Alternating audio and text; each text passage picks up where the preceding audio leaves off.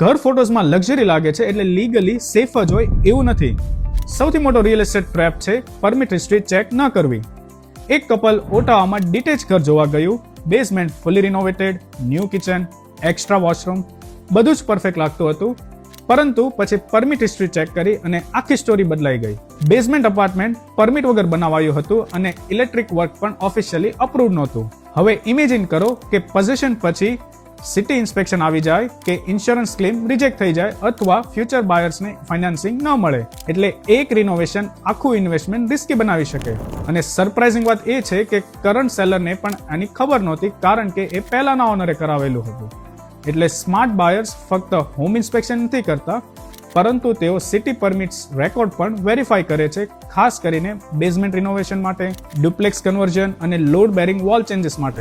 લોકો $2000 બચાવવા માટે ડ્યુ ડિલિજન્સ સ્કીપ કરે છે અને પછી ઘણો મોટો એક્સપેન્સ આવી શકે છે. માટે ઘર ખરીદતા પહેલા પેઇન્ટ નહીં પરંતુ પેપર વર્ક જુઓ અને આવી જ important real estate related information માટે અમારા પેજને આજે જ ફોલો કરો.